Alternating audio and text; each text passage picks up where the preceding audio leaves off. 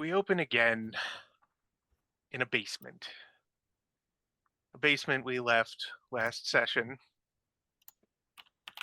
and a tunnel burrowed into the wall of that basement.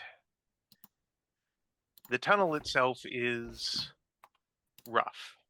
This was clearly not made by skilled hands or contractors. It was dirt and stone ripped out of the ground, occasionally shored up with 2x4s and inexpertly strung.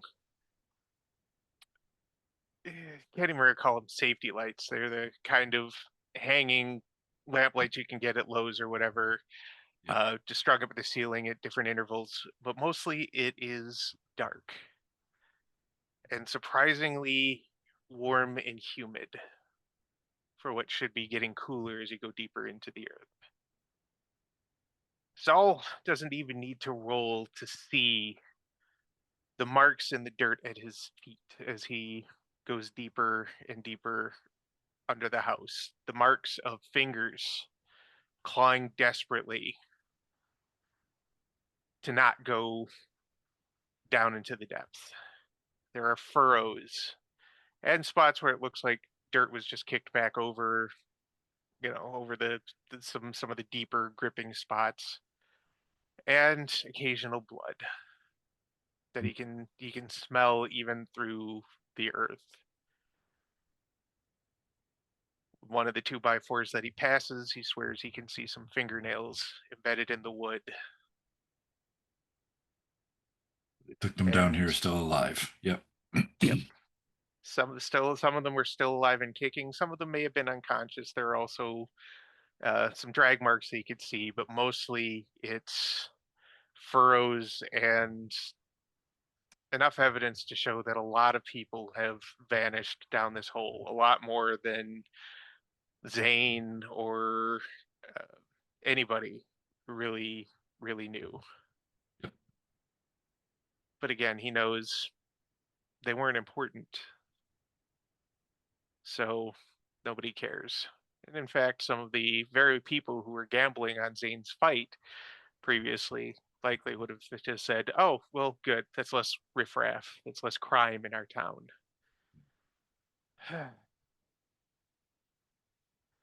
And so a Yeah. lot of lives have gone down this way, and it seems highly unlikely any of them have come back up. So it's too bad that nobody else is here because for the first time, Solas is mad. Like jaw set, teeth clenched, marching down here, mad. Mm. Those are his people. Yeah. Those are the people that even though they have nothing, they give him a pickle. Even though they have nothing, they let him sleep by the fire. Yep. So yeah, he's properly pissed.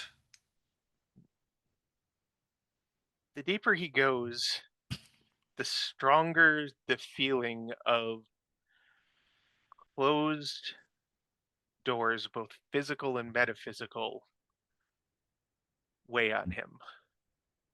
Yep. These are doors and ways that are shut that people desperately want to be open. Yeah, The tunnel goes in deeper. his mind, he's as he walks through each one, he's pushing it open with his mind if he can. Well, pardon me, he's channeling Eshu, who was doing it. He would never be so bold to say that it was him. But yeah, There's resistance he could feel. The physical doors, and there are a couple physical doors in the tunnels. They look more like they're not super well put together, but they definitely look like they're more meant to keep in than to keep out. Eventually, he does pass another one of the hell evangelists. This one with salt and pepper hair and a bit of stubble, um, the same missing eyes, plum colored suit. Doesn't even acknowledge him. Edges yeah, around him a little bit. I mean, the tunnels are wide enough for somebody to go down and somebody to come up, but not with a lot of comfortable space. yeah, Not even really an acknowledgement, just kind of a, oh, if there's something there, I should go around, which yeah. is, So, he's come to expect it. yeah, and I'll mirror that. the other way and then just walk Yep. past and keep going. The tunnel seems to go quite a bit deeper than one would think. Something like this, you would normally expect maybe 20, 30 feet underground before they start making channels, but it just continues to wind and curve and ever downward. And the further along the path he gets, the more that he can hear the faint sounds coming from somewhere that he's closing on. It sounds a little cavernous. It sounds a lot like screaming and pleading, and Uh-huh. it sounds like the sobbing of broken spirits. Where however many people are down here, he can just instinctively tell that a lot of them gave up before their final moments. Yep. So the intent is to still like he belongs there, not like he owns it, but like he belongs there. Walk until I get to the entrance of the open cavernous area and stop. And I want to take a look at that point. Okay. Um, it comes upon him rather suddenly. Like the sounds and the way the noise has been distorted kind of almost catches him off guard as he rounds a corner, thinking there's probably still some ways to go. And there's the doorway, Yeah. bigger than when he came in on, sort of expanding outward, almost cone like. Once again, reinforced with a lot more just raw timber and a lot of nails, inexpertly done still, but they've brute forced enough reinforcement here that it's staying up. And the area itself is mostly limestone rock. He can tell, having grown up in the mountains, he's familiar with the stone, some streaks of granite, but mostly limestone. Looks like it's been crudely chiseled and worked. So there may have been a cavern here at some point, but a lot of stalagmites and stalactites have been broken off. Boulders have been either repurposed into rather gore covered tables of a sort. There's piles of broken rock in the corner, and he can see deeper into the cavern. Along one wall are a series of roughly made caves with iron bars hammered directly into the stone. Um, each one of the caves is big enough to hold several people. It's hard from where he is to actually see who's in there. It's dark on that side, as though they don't even want, you know, the captors want there to be a little more despair, and it's easier to despair in the darkness. Uh, Across the cavern, he can see on the other side look to be, it's almost like a costume department. You've seen them before. There are racks of clothing, Yeah. shirts and the suits and sets of shoes and hats, and hanging from hooks on the wall he can see skins, empty human skins. Okay.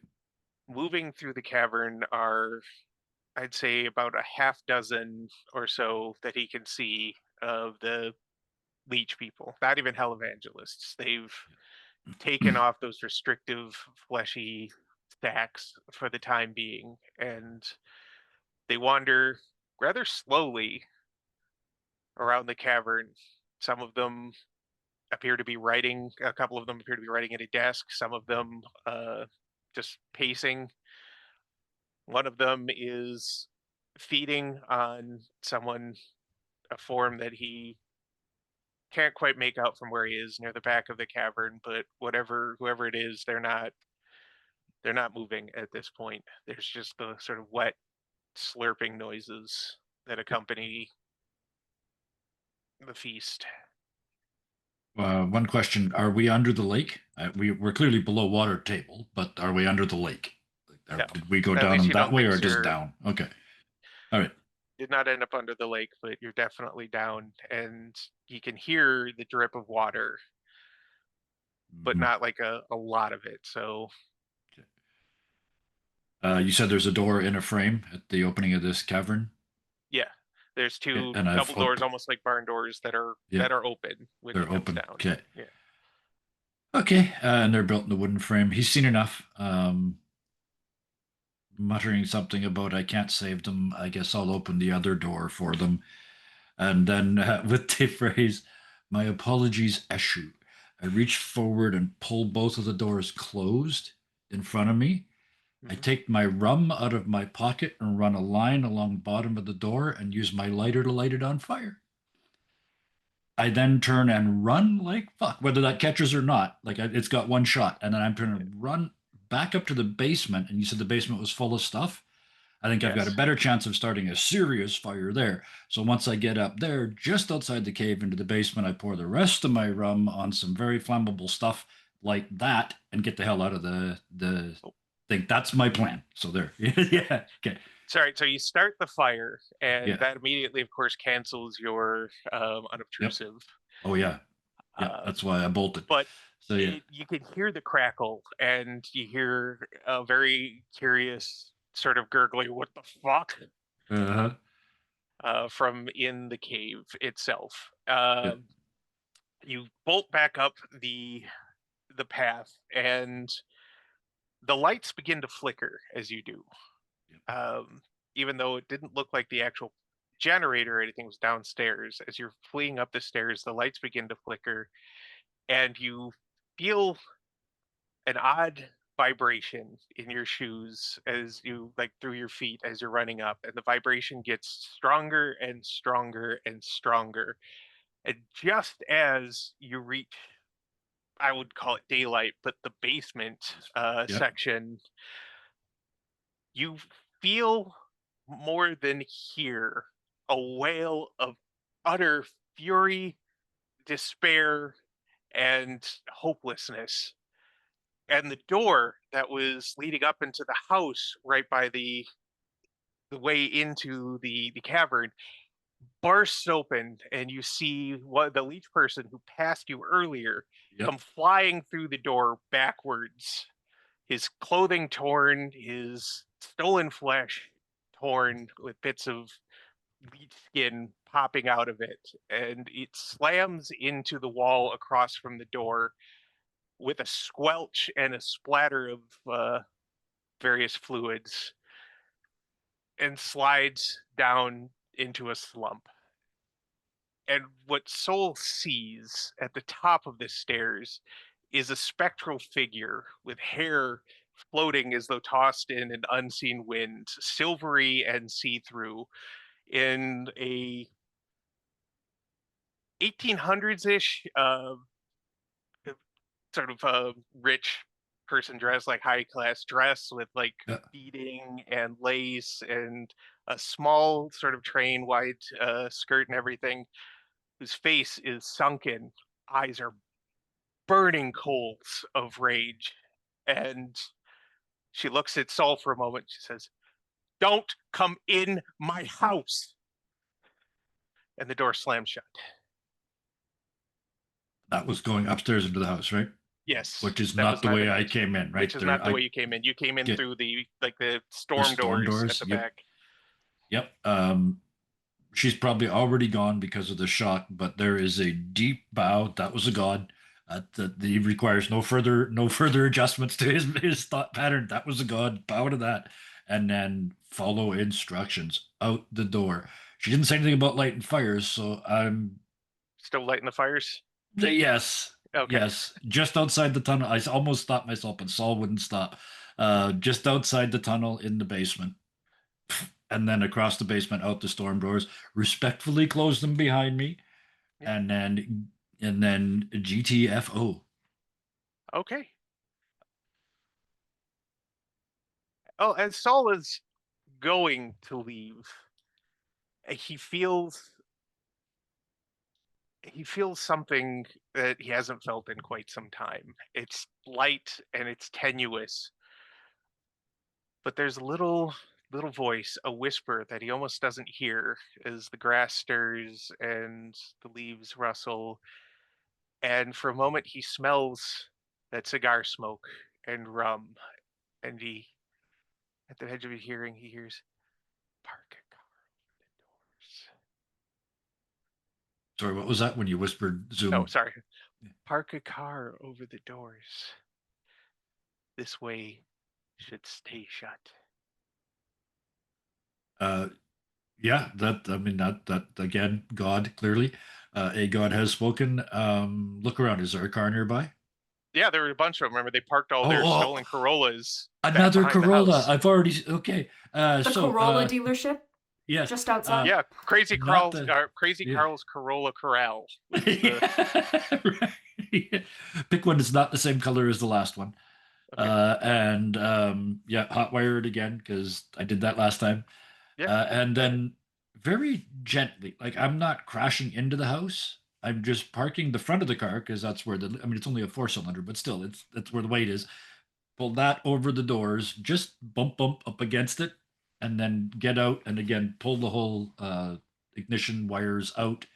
Leave the door open and uh, bow to an unseen window upstairs, bow in my head to whoever told me to park the car here, and bolt. And he would be heading for one of Xander's gardens Okay. to go and just come down and have the last little sip of his rum and a cigar as uh, payment due for the gods. Yeah, Yeah, okay. You make it away.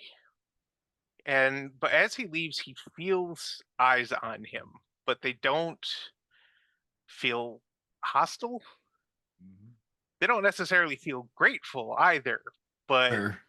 Yeah, either way, he knows that somebody or something, and he got a good guess, I imagine, at who it was, is just watching him leave and just letting it happen. yeah, It doesn't take long for the smoke to break the tree line, yep. but at the same time, nobody out this far from the city, nobody even really cares. Nope. There's Counting on it. not a Yep, wail of fire department, lights. yep. Nobody's Insurance cares. They're insurance just doesn't letting it cover that happen. this far out, especially because this is supposed to be an abandoned house, right? Yeah, this So is an there's no abandoned private house. insurance either. So yeah, yeah, Yeah, no, nobody really owns it. The state is probably still trying to figure out, or at least the town, what to do with it, yeah, if they care at all. But he never sees the flicker of flames yeah. from behind the That's tree line fair. either. Just a Yeah, lot of smoke. yeah. And when he sits down for his last sip of rum, safe in a garden full of Unsafe plants. unsafe plants, I know which ones bite. heirloom tomatoes. In fact, Yes. they're tomatoes grown from seeds that went to space. Because I did that as a kid, and those make some Oh, really great tomatoes. So huh, cool. um, that was a whole fun thing. Big old oxheart tomatoes. And as he sits and he smokes and he has his little drink, Takes off this stupid suit, these stupid shoes, and puts his real clothes back on. Yeah. yep, sets it all aside. There's a sense of deep satisfaction, and the smoke for a moment curls into the form of a smiling face. It's a very crude one. This is not an elaborate ink blot test, Rorschach test or anything. Nope. Just Yeah. a smile in the air before it trails off. Perfect. Yep. And all of that for anybody that's keeping track is YYZ from Rush, the whole run. And it is Zen because they're Canadian. So YYZ is the song that he did that particular run to. I love it. I love it. Is he doing uh, anything else after that, or does he feel like his part is done for now? at that point, yeah, it's have his drink, have his smoke, lay back, and just stare up and try to see the stars through the lights of the town. Okay. Just something futile and wasteful like that. Just trying to see the stars. All right. And as he's settling and as he's watching the stars, there's a heavy, ponderous knock on the door to the warehouse. But that's where we're going to draw this little cold open to a close. Yeah. Thank you. Oh, that was So, fun. thank you everybody for joining us here in another session of Everyday Divinity. I am your friendly neighborhood host, Bat Kyle. And I'll introduce myself more later. It's my privilege to go last because I want to. Instead, we're going to start the introductions with our cold open victim, Kevin. Victim. Victim. Victim. How dare you? That's some of the most fun I've had all day. I am, strangely enough, here multiple times a day on Mondays. I run the same basic plot past two very, very different groups of people and get very, very different results. And that's on Monday, Classic D&D 5e. Then on Wednesdays, every second Wednesday, I get to be in Hellhound's 20 game, which is a joy unto itself, where I get to play a bard, which is also a joy unto itself. And we're about to go into a city where he's wanted, so he's about to hit his environment, as they say, which is good because he's failed pretty much every role he's done up till now. So we're set the stage beautifully. But then on Fridays, I get to be here playing Saul S. The only rule between Saul and I is I don't know what he's going to do next, and he doesn't know what my plans are for him. So, ah, let's leave it at that. Are we potatoing the heat tonight? We are potatoing the heat. All right, I shall, in my Zoom window, drop it directly below me to the mighty and wondrous Sarah,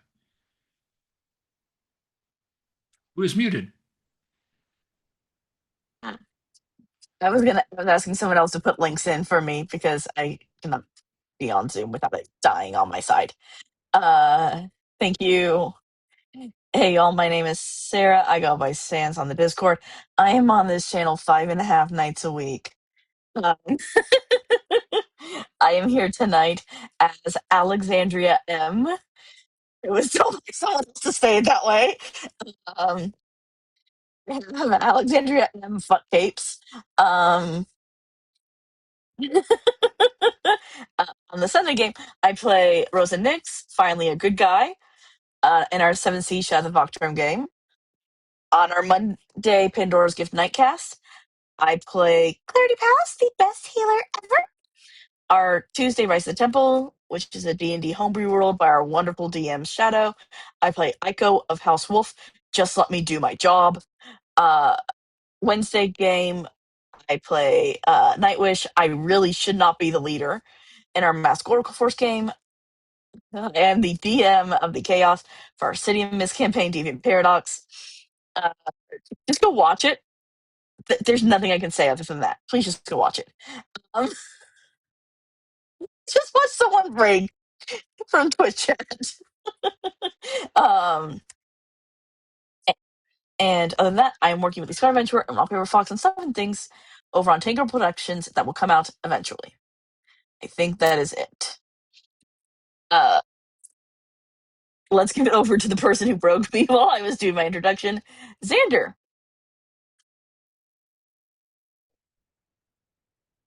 I'm unsure what I did to break you during this introduction. However, I'm sure that'll come back to haunt me later. The first night that I am here also happens to be the night that Sans is the DM known as Deviant Paradox. Yes, I got it right this time. Oh my goodness, you've been running so many games on Thursdays. And of course, two of them happen to be very similarly named. On that night, I played Grant. He's a lot. And also, he learned to say a really fun word, which is no last session. It's great. Otherwise, I am around on the Discord. I do a lot of things. Although most of the time it's like putting emotes on things because words are hard. The other night that I am here is tonight playing Xander Melanoe. It's a good time. He likes his plants. Please just let him have plants. Thank you, Gloria. With that, I'm going to go throw it at Scarred. Hello, and I am here to agree as a professional writer. Words are hard. But hello, I'm the Scarred Adventurer. You found me today as Zane Dawson in our Everyday Divinity. It's a lot of fun. I can't wait to make fun of capes even more than I already did last week, 2 weeks ago. Last time. I should just say last time. That's the easier way to do it. On Sundays, you'll find me as Arthur Wolf in our Shadow of the Bocturn, run by the wonderful Ciosa. On Tuesdays, you'll find me as Barlam. Sticky Fingers are my purview. In our Rise of the Temple, run by the True Shadowmancer. Once again, tremendously fun game. It is the world is so intricate, and I've only scratched the surface of it. On our alternate Wednesdays, you will find me running Oracle Force, where I make people chew on their friends as their love language. And on Thursdays, you'll find me as literal Satan in Deviant Paradox, run by Sarah. And with that, I'm going to hop it off to someone who technically weirdly plays demon subordinates sometimes. To Ruth. Am I not all the subordinates? Well, most of. A bunch of. Hi, I'm Ruth. You found me. I am here on Monday in the Pandora's Gift Suncast as Xenon Al-Qaeda's Cleric of Nyx. Tuesdays in Rise of the Temple as Ish, one half of our badass twin monks who are also cats. Alternate Wednesdays in our Oracle Force game as Trek, Ball of Anxiety, and Chew Toy, apparently. Thursdays as Nora, Fuck This, Fuck It All, Avalon in Deviant Paradox. Fridays, today. Today as Juliet Fairchild. And Sundays as Renee Ingvild's daughter in Shadow of the Nocturne. That's about all for me, and I'm going to pass it on over to our Weaver of Fate. That's me. Hi, folks. Like I said, I am Bat Kyle. You can find me here on Fridays like this, running this game that you're watching right now. Good for you.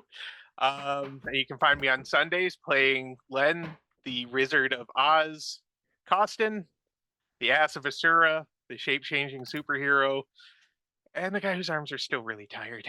Otherwise, you can find me on the Discord, being a menace, or in one of the chats for one of these games, being a menace, or in other people's channels, being a menace. I mean, it's just kind of what I do at this point. And with that, I think we're going to get into the game. Now, when last we left everybody who didn't go off on their own to wander into a, hell cave of some sort, although that might still happen, we had left Zane and Alexandria in the strip club that had once been a church and is now just abandoned and kind of gaudy and still probably glows under black light top to bottom. They had braced the King of Hunger, the main antagonist, we could say, Randall Evans, and made fun of his cape quite a bit, which is rude because that's a cultural artifact and of great importance to his people. You racists. That aside, speciesists. That's fair. That's fair. We had outside of the church strip club, two polishers, still really like that. Xander was bullied into getting behind the wheel of a car that he doesn't really know how to drive by Juliet, who left him in the car with vague instructions to do car things, while they tried to sneak in to the church with a mace that was rolled in salt like the world's most uncomfortable pretzel. And yeah, that's pretty much where we're going to pick things up. We're going to start with... I should make a backup character.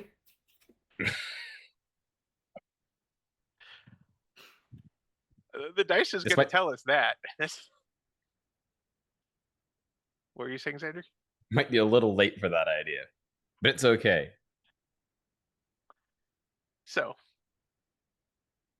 Zane and Alexandria, you're standing across the pit that Zane figured out was there.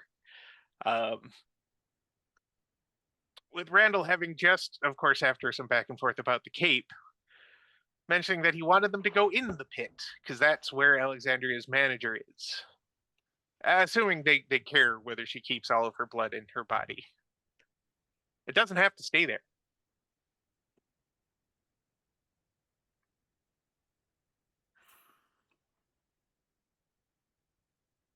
We have the salt on us.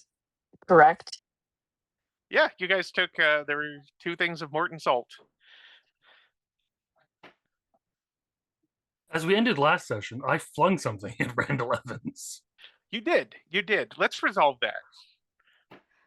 Give me the roll for that bit of, and we're going to explain, or I'll let you explain exactly what Zane is doing here. So Zane, on one of the pews, I'm assuming one of those kind of round bollards, kind of, or maybe on one of those. There are Kind 1 of or 2 things? of those still around. Yeah. I'd like to say Zane has enough skills that he's able to just kind of cut one off with Okay. with a swing of a sword, kind of flick it up, and then with just hitting it with the flat edge of his sword, fly it. Kind of, what's the word? I'm just drive it directly at Randall Evans. Okay. It's kind of a sword skill, sword attack. Yeah. Give me the roll. And I'd like to use might, not dexterity, for this. Considering what I'm Yeah. doing Just is I'm putting hitting it okay. as hard as he can. Yep. No, I got you. All right. So now I'm going to roll 10 times.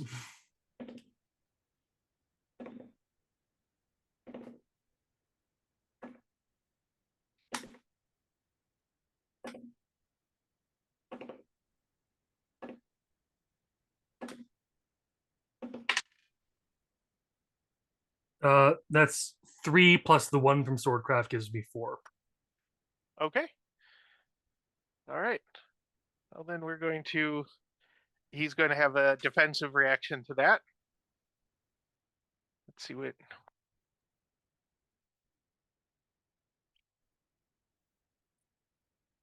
Yeah. All right. He weaves out of the way just barely.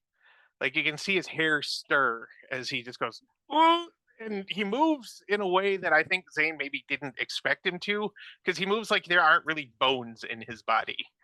He easily bends and twists in a way that would be very unnatural and probably would have resulted in a herniated disc for anybody who actually had any sort of spinoskeletal structure. I'm going to try that again. You ready? Do that again, and we're taking one of her limbs. You were going to You anyways. really are disgusting.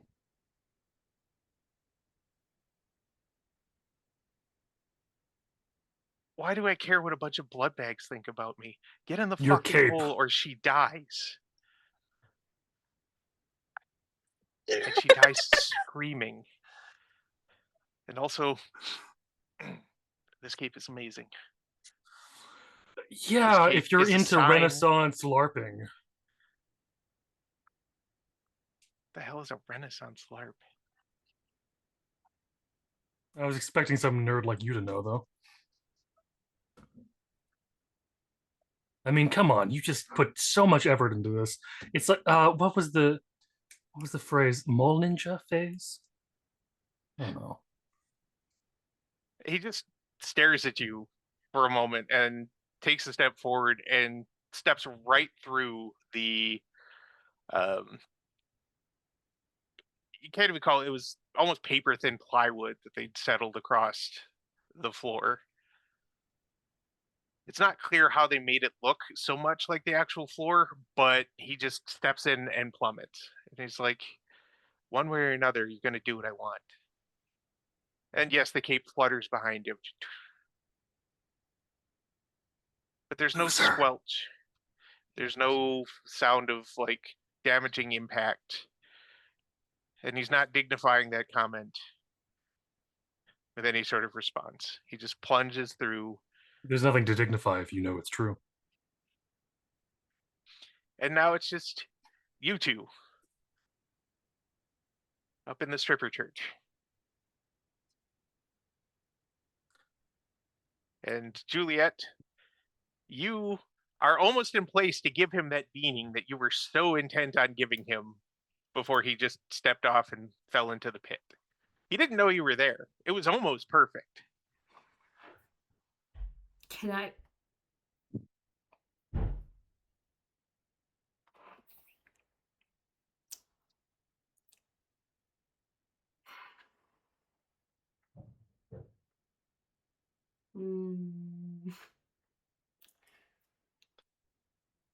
Oh, this is really stupid. We love stupid around here. Can What'd I you try do? to get him on his way down? Like, how close am I to him? If it's not possible, that's chill. You can take a swing, but it's going to put you wildly off balance. If you miss, or possibly even if you hit, there's a good chance you are going to plunge through the camouflage and into the pit. Instead, Head do it.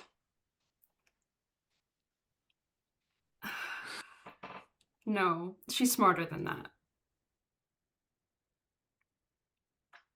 She's gonna like crouch at the opening of the hole, still unobtrusive visitor up, and watch for now. Because right next to where he's. Oh, go ahead. Because as she gets in, she doesn't see Alex or Zane, right? No, she would see them. Okay. But the only way for her to get the swing would have been to go around them, edge along the very wall, and loop around. And that's kind of what gave him time to just step through instead of getting brained with a salty mace.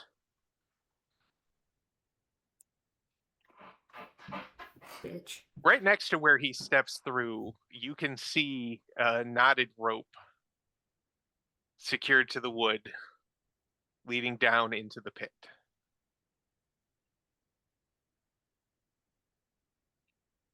And Alex and Zane have gone down?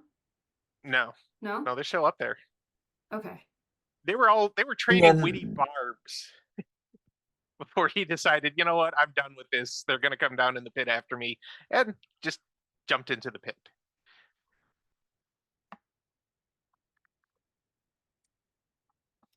Juliet looks to them,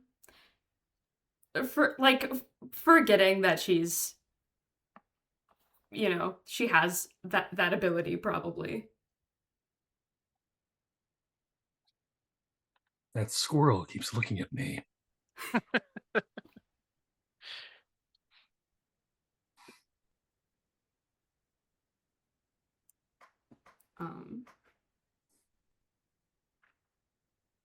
You said it's a rope ladder down? Yep. Which he didn't take. He just stepped through and... Yeah, because he's loopy man.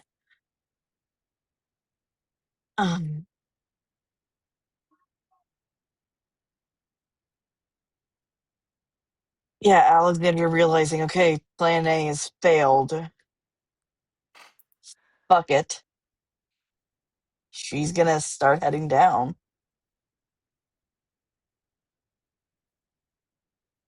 If anyone were to be able to tell that Juliet was there, it would be Alex.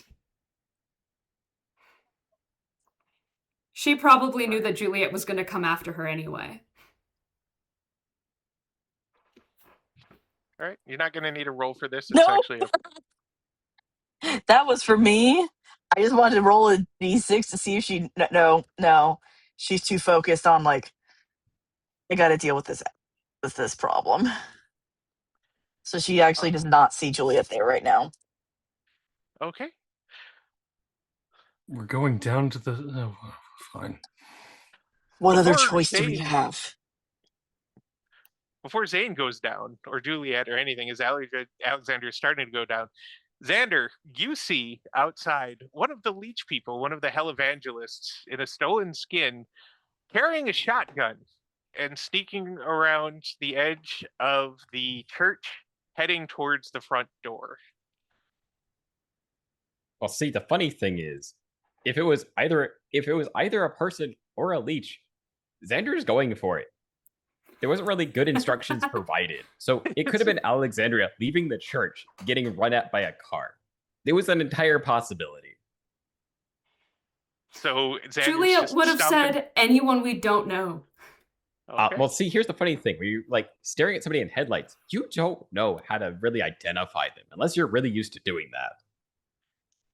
So it's kind of simplified to anything that moves, charge at it. Well, it's a Okay. good thing it wasn't Alex. Yeah. And the horn, please do the da da da da da da da da da da da da da da. Well, that really depends on how the roll goes, because the engine may just die. Yeah, what would Xander use? What's combination of skills and attributes would Xander use to try and hit somebody with a car he doesn't really know how to drive, besides stomp on pedal?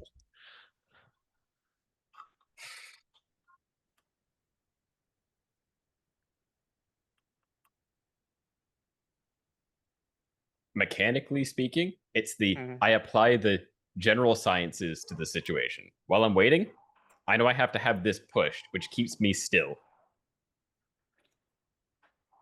Okay, so And the other one makes it go louder and then tries to push me forward. So that seems like a good example.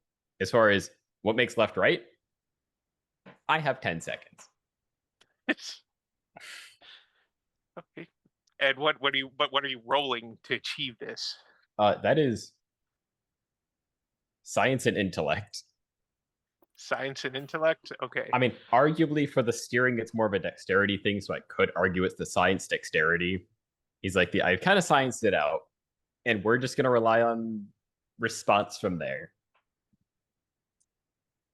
Okay. And there's no extra bonuses. No, we're going to give you one enhancement die on this one. I'm not going to explain why. That's a secret, but you do get one. So add that in and give me the roll.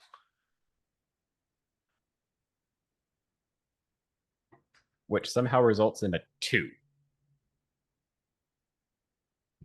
No, that's good enough. Everybody inside the church, including Alexandria, who's starting down the rope ladder, hears this squeal of tires. And unfortunately, no La Cucaracha or anything with the horn whatsoever, because I don't think Xander even thinks to punch the horn. He's just holding on white knuckle to the steering wheel and he's got his foot pushed down.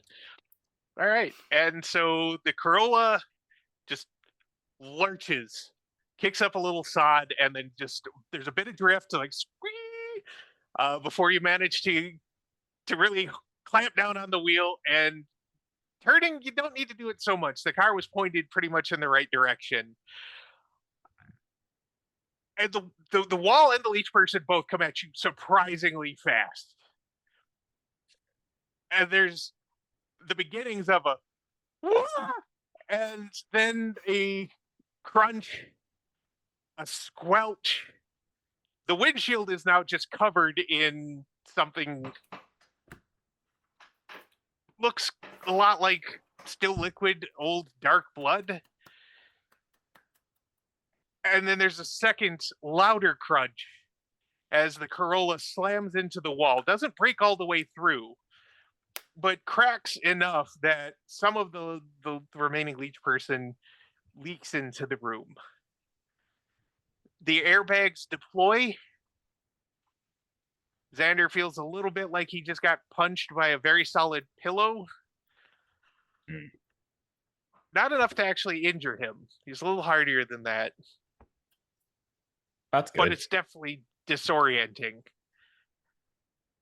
And then the car just sort of sputters, clicks, and dies. And there's only the drip of various fluids, the creak of hot metal, and Xander in a car he can't really see out of very well. Can I get up the door, or is it stuck in the wall? That is a fantastic question. You can get out. It's a little tough. He's got to, put some elbow grease into it and really shoulder, but eventually it creaks, swings open, and then just falls right off into the grass. And right next to it is the abandoned shotgun. Little gooey, but still there. I mean, I couldn't tell you if it's loaded or not. That would require knowledge of firearms. So I'm still going to be careful and pick it up and point it away from anything that I don't want to get shot. That's a good way to handle guns, actually. and everybody inside. You hear and see a bit of the aftermath of this. As you hear the roar, you hear the crunch, you see the wall buckle in, but not all the way through, and then bits of crushed and semi-liquid human skin and leech goo drips down the wall and onto the floor. No one can see her, but Juliet is like, Alexandria, do she's you want proud. to check that out, or should I check that out? I'm going for the door, by the way, after leaving the car. Okay. Well, then you meet possibly someone, or maybe nobody's checking it out, and Xander's just wandering in to see everybody going down the ladder instead. It kind of depends on how everybody's handling this. Alexander, like, realizing what's happened, absolutely goes to check because no, her brother. All right, so she What scales the- back up the ladder, and there's Xander, looking a little bruised, a little abraded, probably a touch stunned, but also armed with a shotgun now.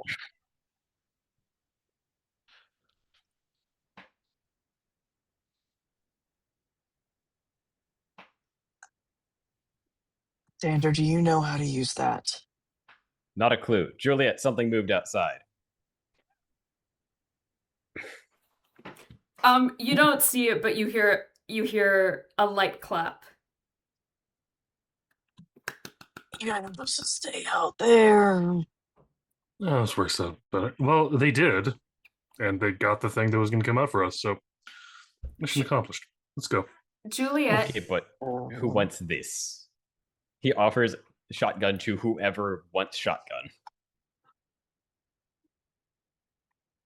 is Juliet still hidden?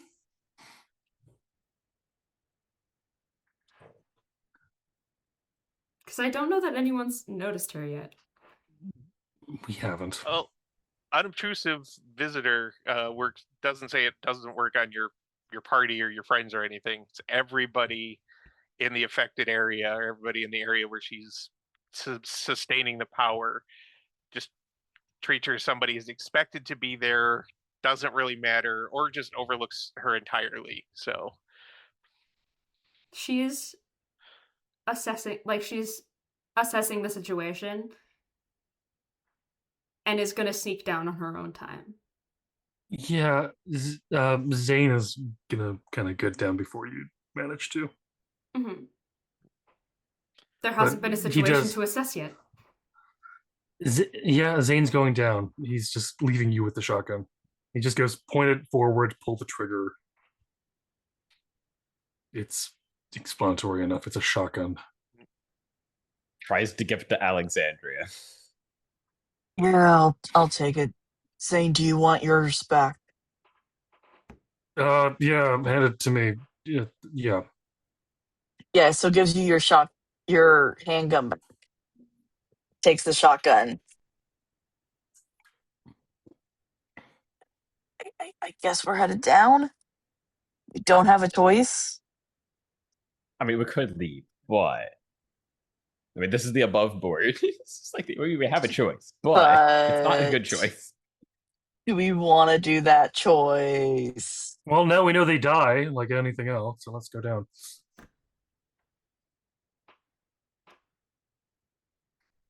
all right. So Zane goes first. I imagine Alexandria next, then Xander, with Juliet going whenever she feels like it. She's gonna sneak down soon after the rest of them. Okay. She's just like, she assesses first to see like where the best place, like her goal spot. There's I guess not really a great goal spot to see. The shaft goes down about 30 feet. It's a bit of a climb. And at the bottom, it's another cave. Not that you guys have been in a cave like Saul has, but there's another excavation site. This one looks a little more professional, as though they had just chipped and chiseled and jackhammered whatever they did to make this vertical shaft roughly square, and then another one going deeper into the earth, angled slightly down. like the other one, there are some of the hanging construction lights, the little safety lights here and there on the ceiling, and looks like a power cord just in the corner of the tunnel going deeper in, but it doesn't illuminate a lot. And this is a much wider tunnel, at least wide enough for 4 people to walk shoulder to shoulder fairly comfortably.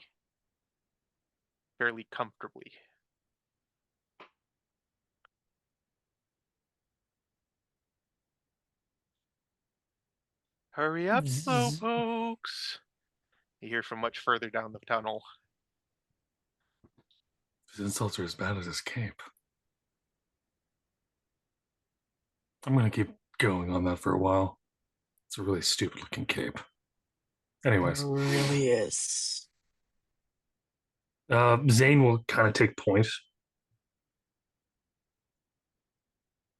And he'll look at Alexander and go, I know that you might want to go in front, but just It's fine. Good. You have more. And she looks him up and down combat experience than I do. That would be accurate. Oh, and as a note, you have 1 point of momentum in your group pool for that miss with the wooden ball. Okay. I almost forgot about that, but and that can be used for a couple things. As they're walking the way, Julie's just kind of gonna make herself known in the situation and like gently put her hand on Alex's shoulder, just to like let her know she's there. What are you doing down here?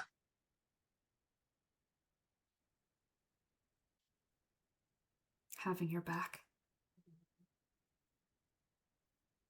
Having your back. Sorry, Juliet, where was she?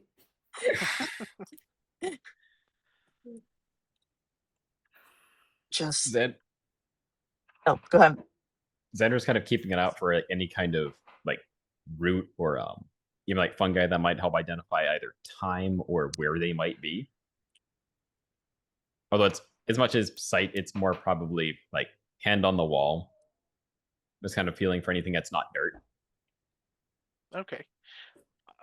He's not really seeing anything identifiable yet, but he is noticing an increase of something he's only really truly noticed around himself and his sister. The air, as they start going a little deeper, starts to smell like warm olives and olive oil, and there's a weird, just at the very edges of his hearing, the murmur as though like there's a crowd way down the way.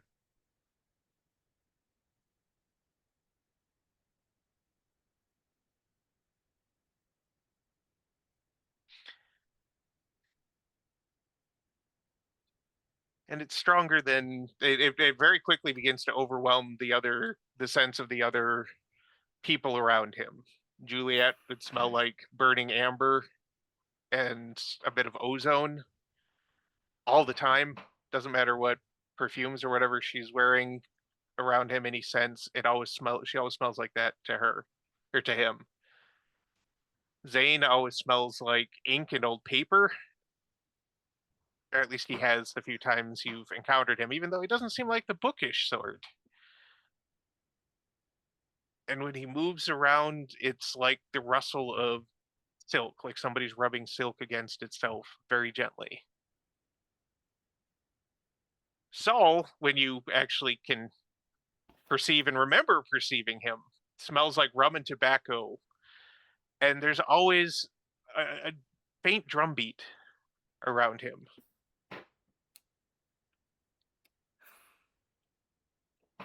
It reminds you of Rush for some reason, even though it's never a particular song. But this smell, like I said, is one you've really only ever noticed with you and your sister. Your parents didn't have it. Nobody else you've met that you can recall has that particular scent. And it's getting stronger the deeper you go. Juliet don't smell too bad. No, it's not bad. So it's either crashing a car into a leech into the church or something else. But Alexandra, whatever we both smell like, there's a lot of that around here. What do you mean smell like?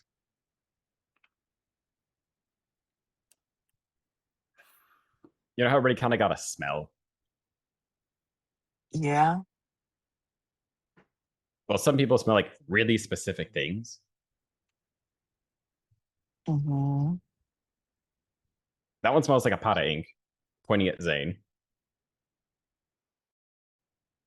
Cool. Although if I were to ask him, I thought probably it couldn't smelled tell a me where lot it came like. from. I thought it smelled a lot like stale alcohol. You smell like olives and olive oil. Does that ting anything for me? Because I know.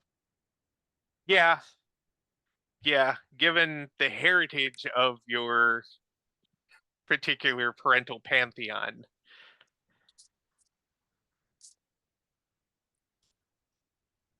Okay. Right. We You're French? no. We might end up meeting family today.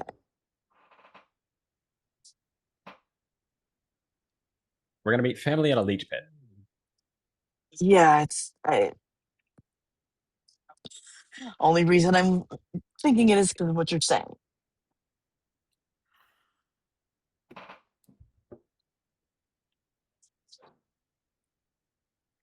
All right. So And we might have to have a conversation later. I suspected we were going to have a conversation regardless if we survived. I was hoping not, but we'll figure it out. Alrighty, you wanted a quiet night with your music. I understand. Yeah.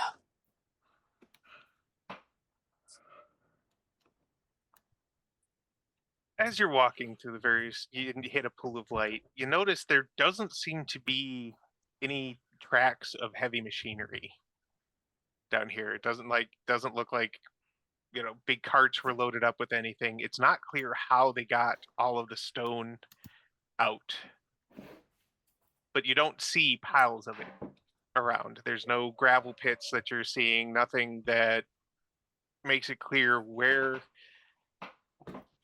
all of the stone that they have obviously displaced, or at least it looks like they've displaced, has gone.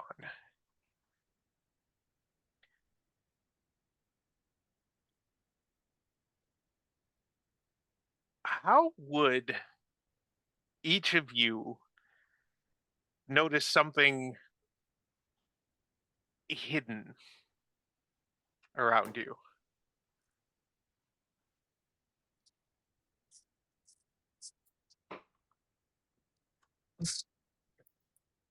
I'd be guessing survival and cunning.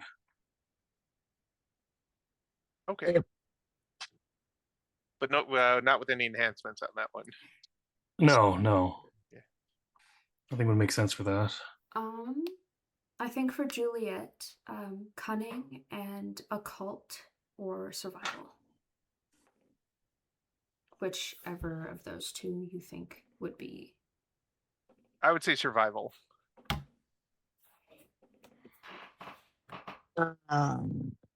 Alexandria's would be cunning.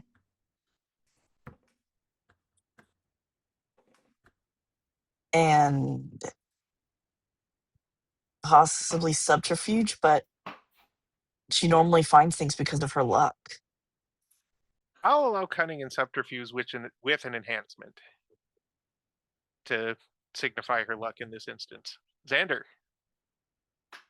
Xander tends to find more things by kind of stilling himself and kind of becoming part of the background and letting the weird show itself.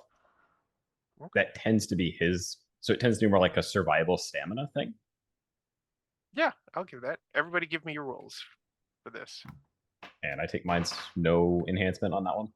No enhancement on that one. Okay.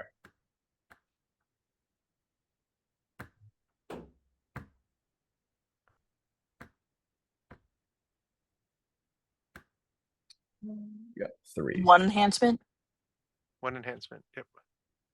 4 got 2. successes. Four. I messed up.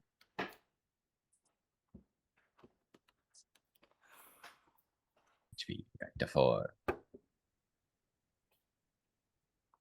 4 successes. 4 successes. Okay. So that's enough for everybody roughly at the same time to notice a section of the wall that they pass, even though it's in shadows, something about it speaks to all of you to varying degrees. A part of the wall that doesn't look that off from the rest of it, roughly door shaped.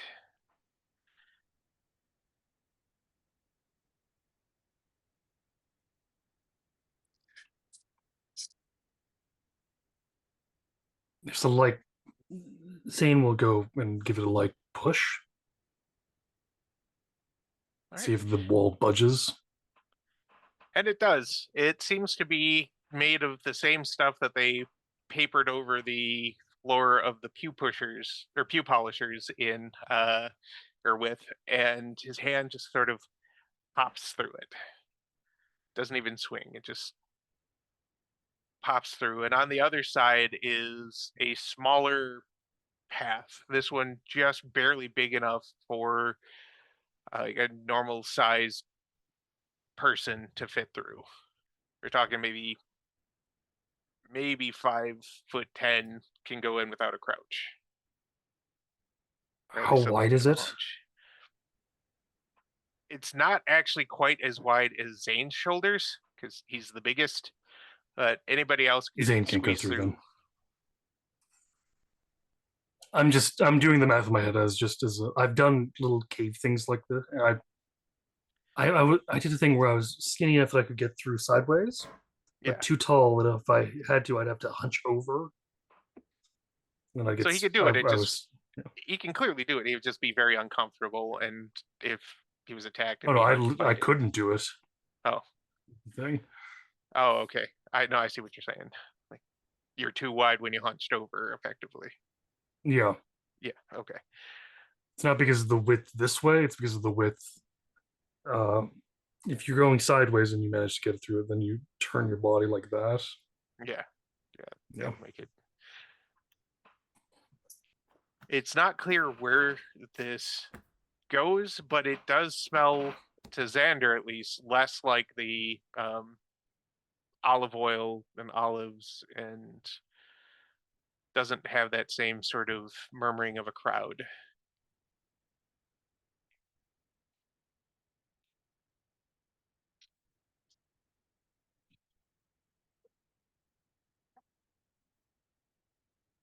Who's the sneakiest of us? I say that out loud to everyone else, not to.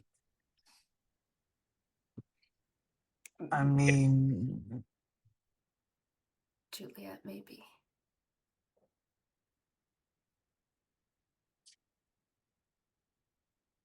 normally, yes, but Because she also still has an obtrusive visitor.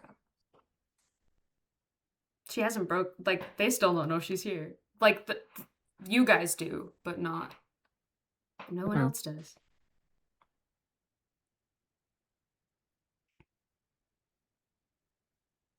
I think they're expecting me.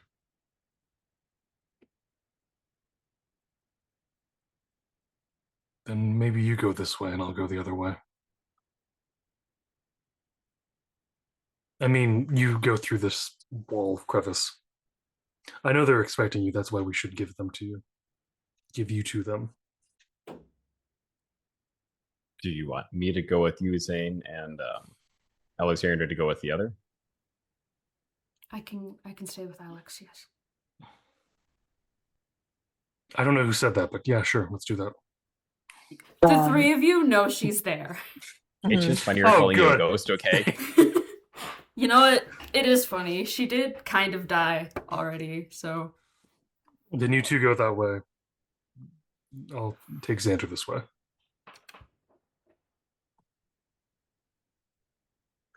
Juliet's just gonna grab Alex's hand, give it a squeeze.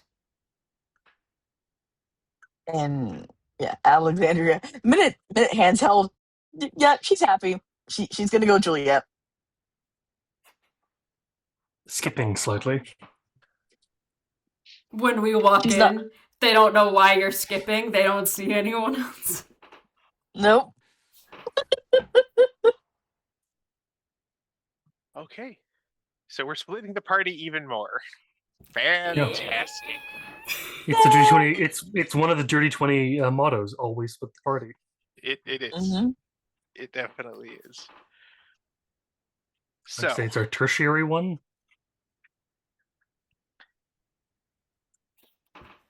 Zane sure. and Xander. It's not a lot longer down the tunnel before you start to notice a brighter glow at the end of it. As though there are more lights. And definitely the sounds of things moving around. When you reach the or near the end of the tunnel, are you just marching through? Are you trying to creep up? How are you approaching? Like, what kind of light does this seem like? Is like work lights These are or like very daylight? bright, like the standing construction lights, Like construction lights. like the Gotcha. square ones, shining at a slightly downward angle at the mouth of this tunnel.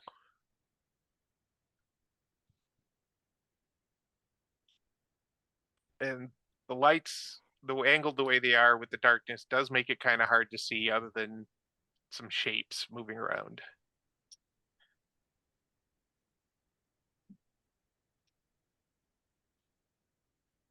I'm gonna. Xander, how do you want to go through?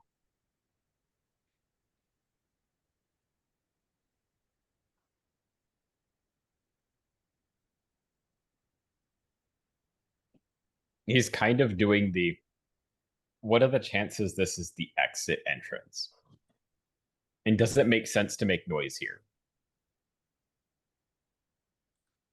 My plan was So literally just to walk through like we belong. But yeah. I mean, we can try to walk through like we belong. Clearly we don't, but I mean, if things go wrong, how are you at running? good. You? Good. Excellent. Well, let's go. On a scale of 1 to 5, I'm at a 5 with an advantage. Well, aren't I'm you not saying fancy? it that way, Yeah. but still. You step into the cavern then, and it doesn't take long, thankfully, for your eyes to acclimate to the light. But as they're acclimating, just in those heartbeats, you're not attacked, but you do hear a rather, perturbed voice, a familiar caped voice. Yes, even the voice sounds like it has a cape now. And saying, "Where is she? I don't need you." And I don't think she needs you, so What she Who, needs is irrelevant. who are you? She didn't tell you? She no, barely all told I've me got to why do. it smelled like olive oil. How? What are This you is the talking caped about? weirdo. Okay, it was Xander. probably I don't know his name either. It could be running a car into the side of a building that might be throwing my head off just a little bit.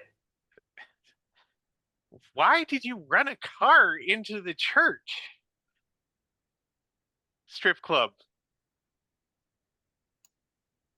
They're both places You of know, worship. Just there are we'll get better past it. questions I could have asked than how do I actually make this thing go forward?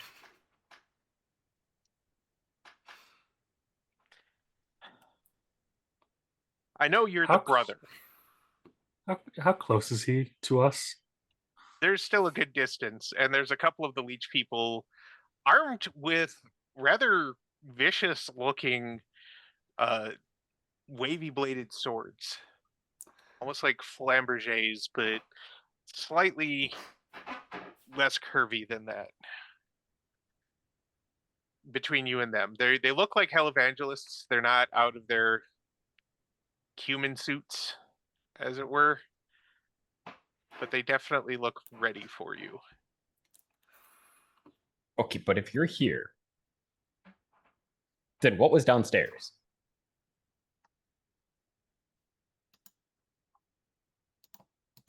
What do you mean, what was downstairs?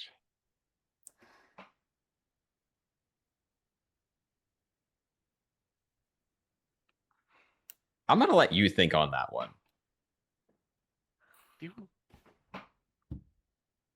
looks at one of the other ones. Do you know what the hell they're talking about? Again, I did run into a building. I could be concussed. As fascinating as it would be to dive into why you felt the need to run into a building, where the fuck is your sister? Great question. I thought you could tell me. She came down with you. I watched as you all three came down. Yes, and there was a turn was on your straight tunnel. Had a turn, all right? There was no turn. Zane is having a great time. So what do you want? He's also waiting to see. He's also waiting to see how quickly they're all losing their. How slowly they're disreadying in confusion.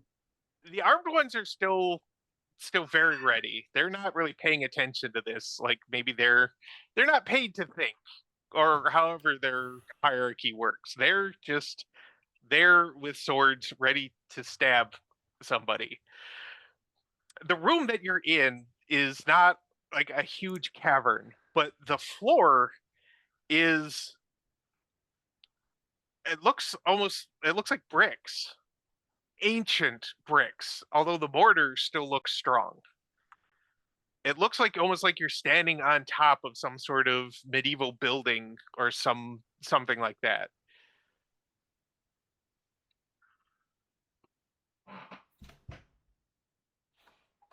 And he pauses and pinches the bridge of his nose, which seems like a natural act to him. Like it's something he's done a lot, even though the nose deforms a little more than a nose normally would, almost like somebody squeezing a mask. He kind of pinches and pulls it away and lets it sort of rubber snap back into place. And he's like, her manager isn't the only person we have. She might be the most important person to Alexandria besides you. But we also have you now. There are more of us. We've got better weapons. She just has to come into this room and use her gift to find the way in.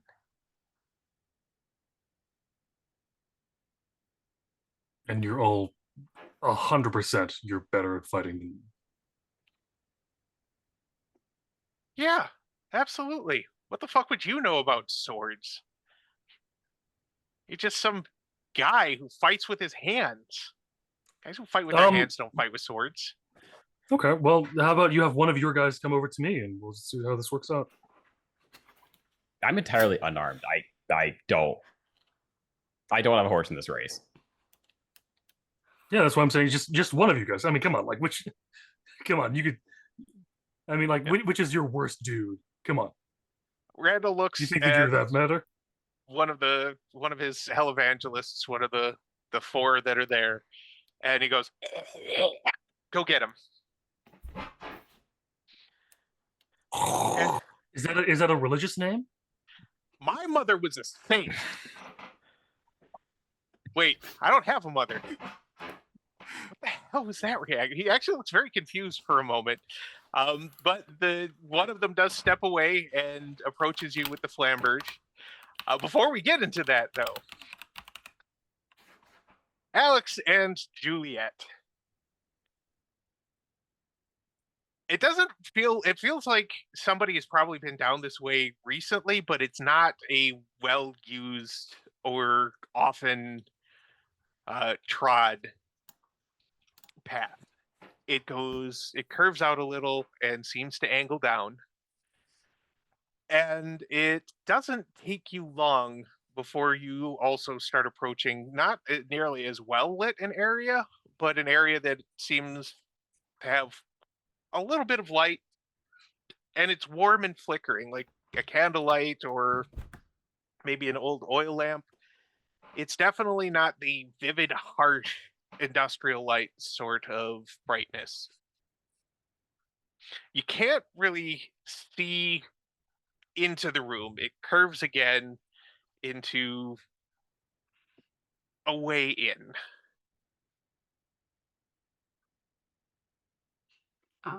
You don't hear any noises.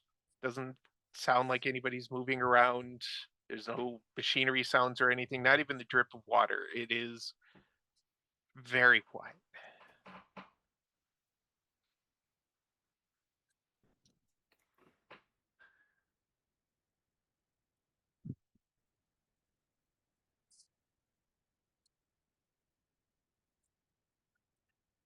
It looks like we'll have to keep going. Yeah.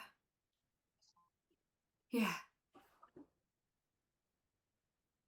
And as they're walking, Juliet is gonna squeeze her hand 3 times, and I don't think she remembers what it means. But she feels like it was correct in that moment. And she squeezes her hand 3 times, which she used to do to say I love you quietly whenever they were like holding hands. Alexandria, roll to save versus feelings. Okay, what do I need No, to just roll? kidding. No, just kidding.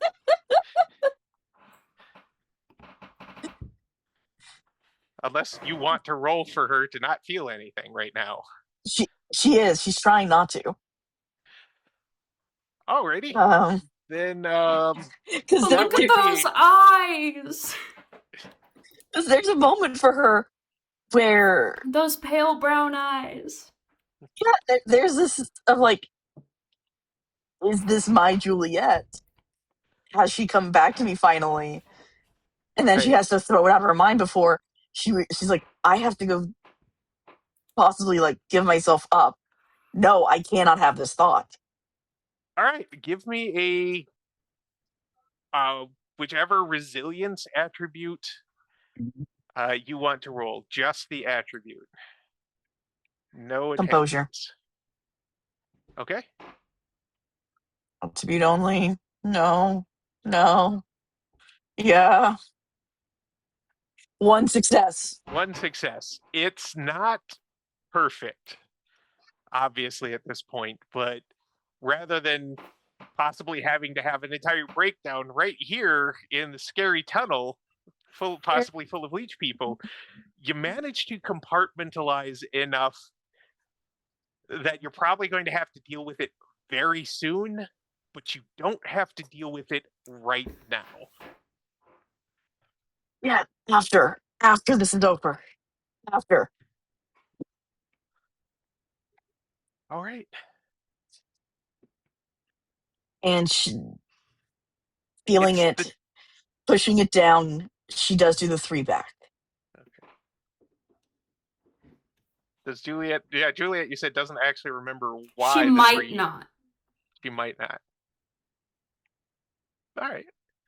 But she might be remembering. Who's to say? Who's to say? We will figure that out in another story. Today, the distraction of trying not to feel the feels at an incredibly inconvenient time is what Juliet didn't need to do that to her. Oh no, and that's what makes it all the better. Great. As you round the corner, and right in front of you, Alex, is the mirror. And there's a moment where you see a version of yourself grinning maniacally and making little kissy faces over your shoulder at Juliet. Can Juliet see it? You can see it just fine when Alexandria shimmers with a silvery light and vanishes from in front of you. No!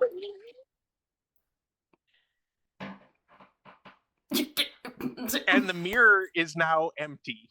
It reflects nothing, not even Juliet.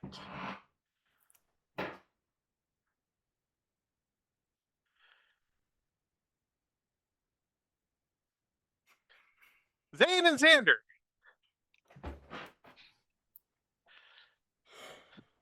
I love this. Zane, It's great. thank you. Zane, you are squared up to effectively. The other two of the leech people kind of sidle around to cut off leaving.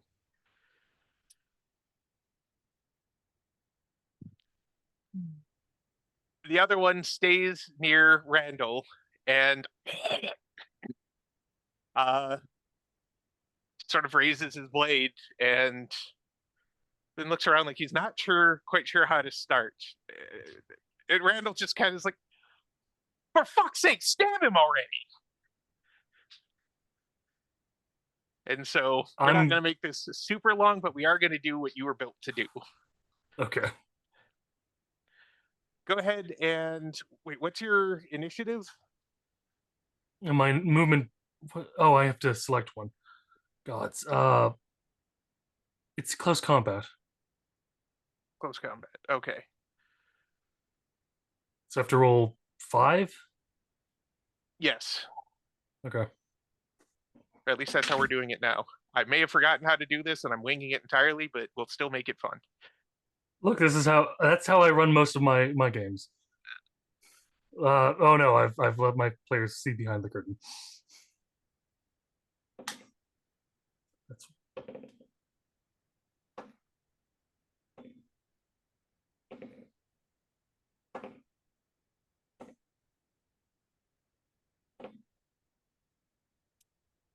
4. Okay, you go first. So even as he lunges, you're ready for this. You fight for a living. You were I'm just gonna trained kind of for this. step to the side and swing upward.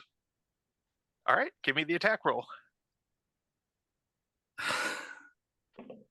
I know it's a lot of dice rolling. I'm sorry, folks, but it's necessary.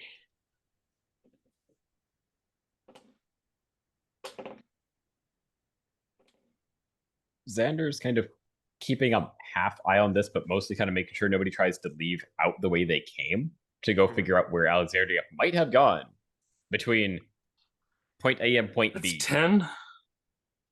I rolled like I rolled 3 10s and had to roll an extra 3 times.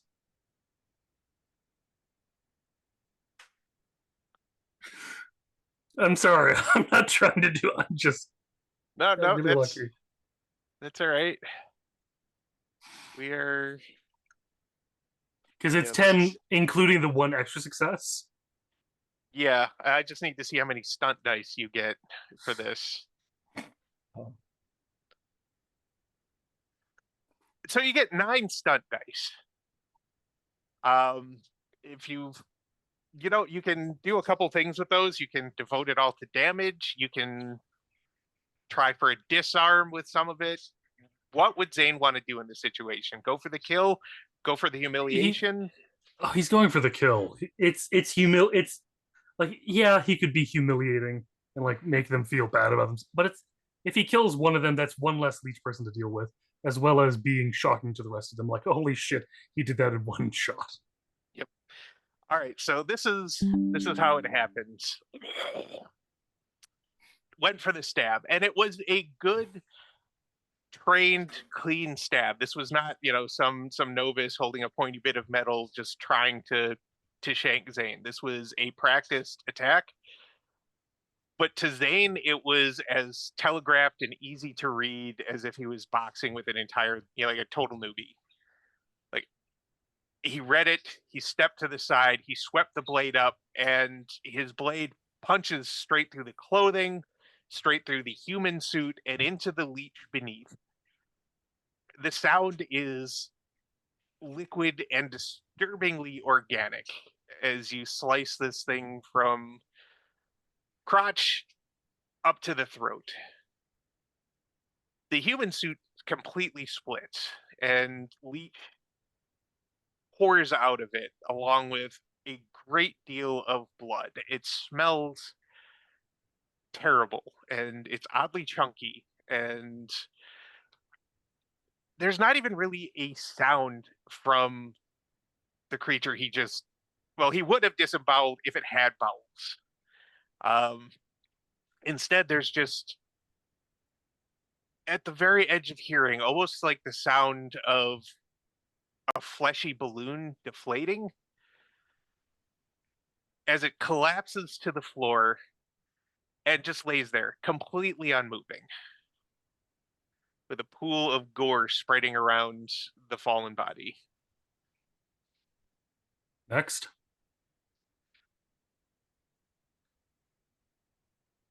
Huh.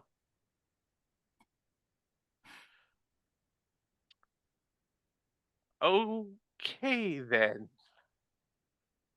I'm not sure why I'm here either. I needed a Oh. witness for all this cool stuff I'm going to do. Yeah. I know, she's not going to leave any alive other than me. I mean, yeah.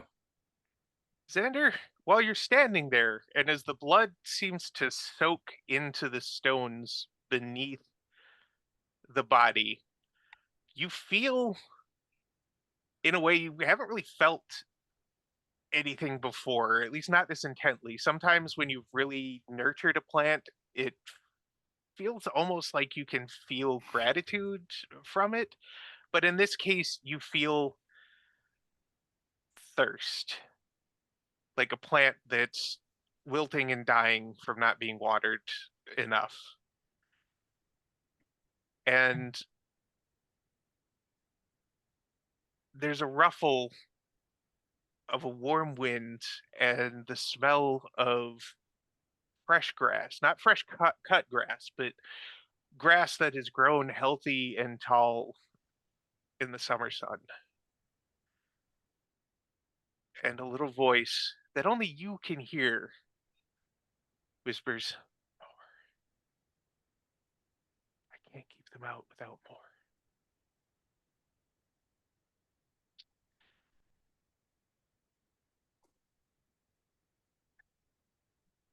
Alexandria, Thank you for that. you are welcome. There is a Mhm. silvery flash and a sense of disorientation, almost like the plummet when you've just gone over the apex of a particularly tall roller coaster, but somehow it feels like it's going in every direction at the same time.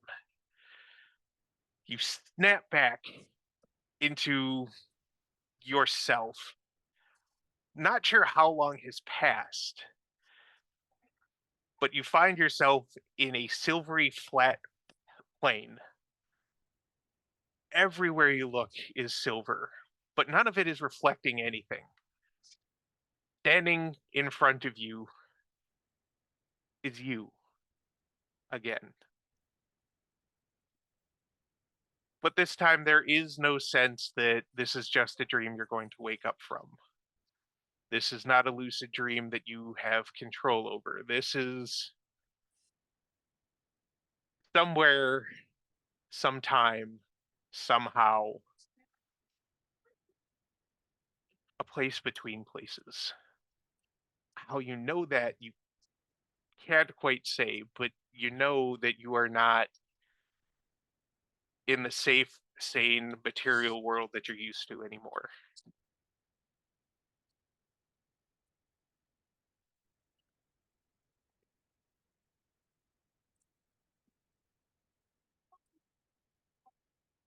I didn't want them to fuck it up, you know.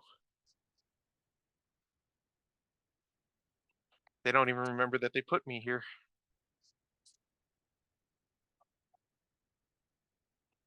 I knew you would come this way, though. Because it's the way I would have came. It was really sweet of you to bring Juliet with you, too. She'll be such a good cover when I pop back out and I can tell her all the things that you've been too scared to tell her about what we had before the accident.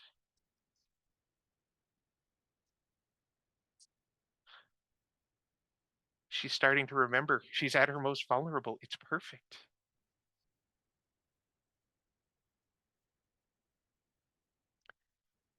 And then all I have to do is use your special gift, your little benefit from our real dad. Randall will have what he wants. And I get to live your life better than you ever could. And do you want to help that greasy, disgusting fucker? Why? That's how the spell works. How the deal works. And he's not a threat to me.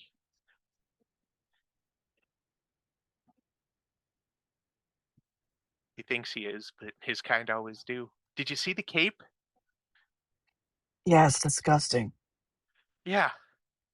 Yeah. Thankfully, our deal doesn't have me protect him from fashion disasters. I just have to finish becoming you. And we can do this very, very painlessly. You'll just close your eyes, and all those burdens are just going to be gone. The secrets kept from your brother, how your parents, your fleshy ones, are actually doing. I'll be able to do all the things you couldn't. I can talk to people. I can let them get close. I don't have to be afraid. Aren't you tired of being afraid? You don't even speak in your real voice.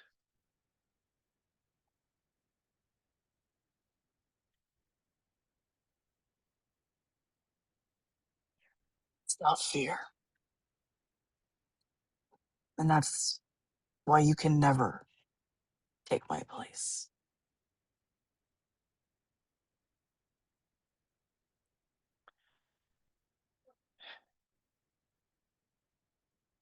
Lying to yourself only makes me stronger here.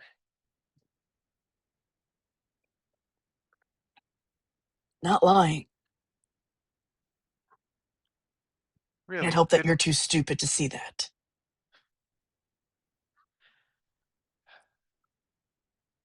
that's one of the good things. I don't actually have to be as slow as my target.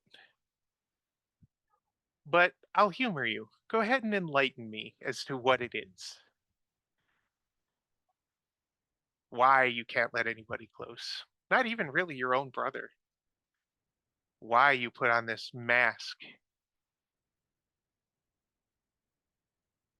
this facade that you present to the world like it's the loneliest fucking Ren Fair knockoff armor.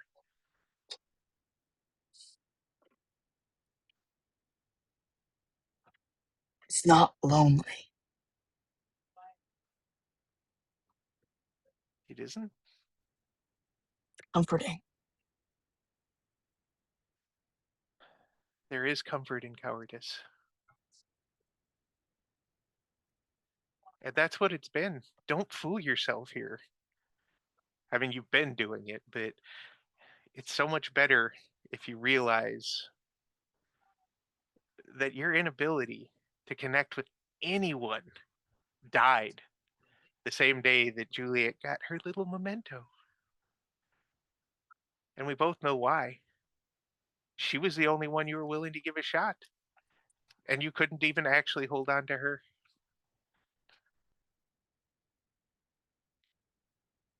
You done trying to psychoanalyze me? You're right, you are pretty boring. Let's finish this.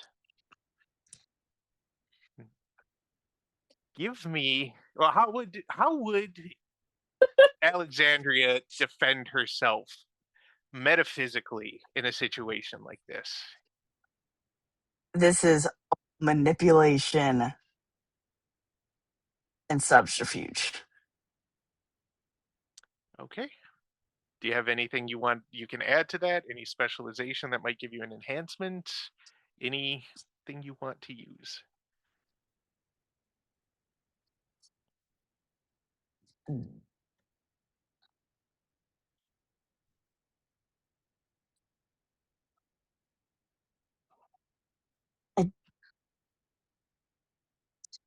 See, this is where I don't understand some of the system, and I'm sorry. No, it's okay. It's like she's using everything that she's ever had. So the It doesn't look like parentification you've that she's bought any I specializations for subterfuge. I didn't know how Okay. to, and Okay, I was we can do something right I now. am really What would just real quick, how would Alexandria use subterfuge regularly to get to this point where she's so good at it? Because 4 dots is very good at oh, something.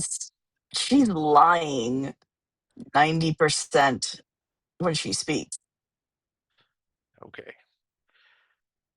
Yeah, The in this fact that she place, uses a different voice, the fact that she's puts up wall after wall after wall. When she says this isn't lonely, it's true for her. yeah, The lies have become so real for her that they're her truth. yeah, and that's why she's not going to get an enhancement, because A, lies don't benefit you here, and B, her reflection probably hit closer to home than she's willing to admit with the whole there's comfort in cowardice. So Oh yeah. give me the roll and let's see Yep. how it goes. With manipulation, let's go. Nope. Yeah. Ooh, one success, but it's an explosion. All right.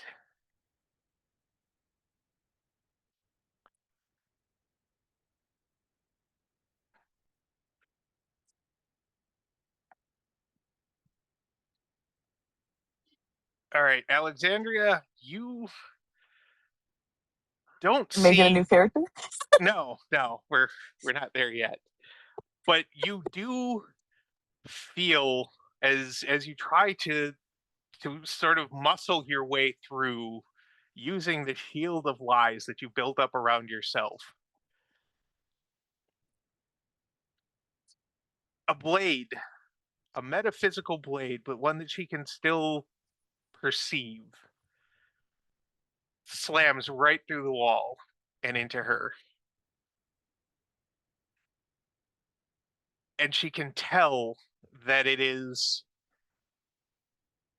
forged from the truth that she did not want to admit to, that she tried to bluster her way past, that she is lying to herself about why she is shutting everybody out.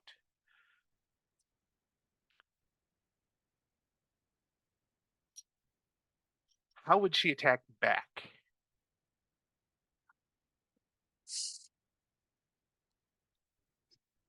And this is how she goes the other way, because when she realizes that she cannot lie, it's all getting regurgitated out. Empathy and cunning. Okay, and how would she focus empathy normally? Because once again, she's got a lot of dots in it. Yeah. And so yeah, this is her pendulum going the other way. That the part that Juliet would have only been able to see. Of yeah, I have pushed everyone out. I have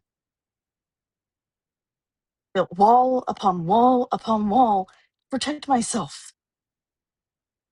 But you would too when your own fucking parents tell you how much of a fuck up you are.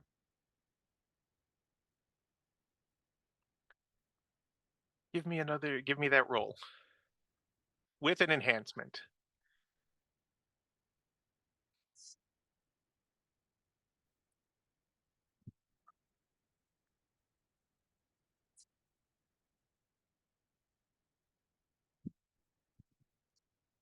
Three successes. 3 successes. All right.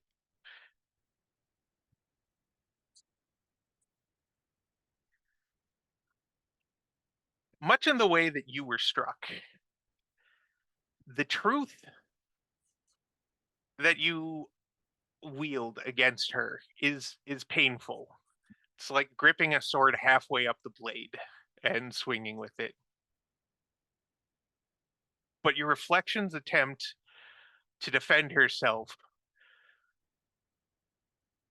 by basically starting to say, "Oh, boo-hoo, did we have a rough..." As the blade lands home and seems to have done quite a bit more damage than yours did. Or than hers did to you. Blood doesn't spill from the wound, but liquid silver. Not quite quicksilver, but if somebody could distill the essence of a mirror and let it run from a wound like blood, that's what would happen. I'm going to give you the option, if the group agrees, to burn that one momentum point that you've built to strike again before she has a chance. I got. I'm sure Kevin would agree that burning that momentum that you've built for a chance to strike back before she can, your reflection can, will be allowed. 100%, yeah.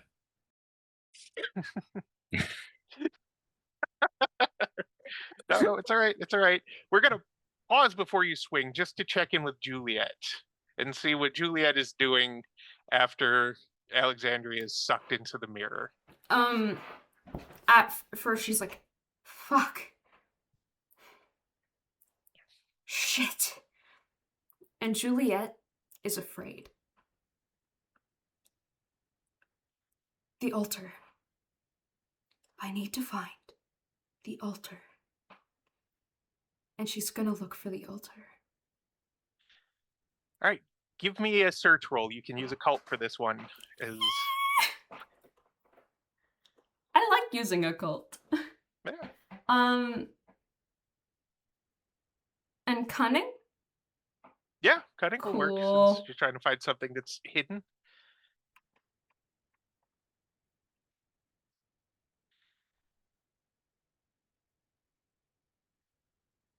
Sorry, Kevin, you will get to do something before this is ended, I promise. I am not worried at all. In fact, work around me. I've got a thing happening in the house. It's not a big problem, but it's a distraction. So go ahead. I'm Okay. perfectly good. All right, 2 successes. It takes a bit. In fact, at one point, you're almost certain that the altar's not here and somehow the summoning has been changed. But then you find along the floor to the back of this little room, there's an ancient looking wooden door. I'm talking old weathered boards held together with leather and a little door knocker on it that doesn't open when you touch it, no matter what you do. But just to the right of it, you notice another discoloration, kind of like the door that covered the way down here in the first place. And if you touch it, it also falls apart. And you see the altar in there, tucked away, bloody runes inscribed on the floor, candles, black candles placed around it, and the smell is coming off of them is horrible. It's a very familiar kind of fat. She's stomping the shit out of it. Okay. Alex, give me that roll, please. Okay, so how do I burn the momentum? The momentum is just gone. The point is that you all shared in the pool is removed. You don't have to do anything for that. I just needed to use momentum. The whole group has to say yes, it's okay. So okay. No enhancements? We'll give you we'll give one enhancement Yeah. for this. Because now that she's realized, okay, so I just have to be like the most honest with myself. Great. Yeah. This isn't going to have any emotional repercussions later. None. No, none, not at all. 3 successes. All right. So what else does she say to strike back? And yes, using Juliet was the worst. But the thought of losing Xander because he's not actually my brother might actually fucking kill me.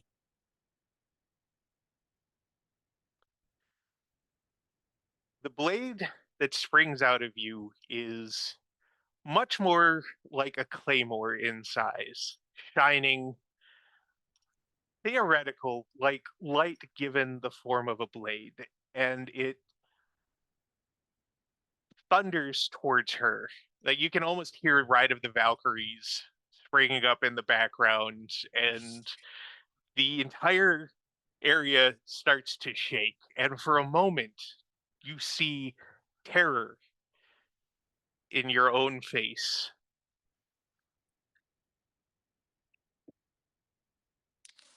And then, just before the blade lands, she smiles at you. You smile at you, and she says, "We'll have to do this again sometime."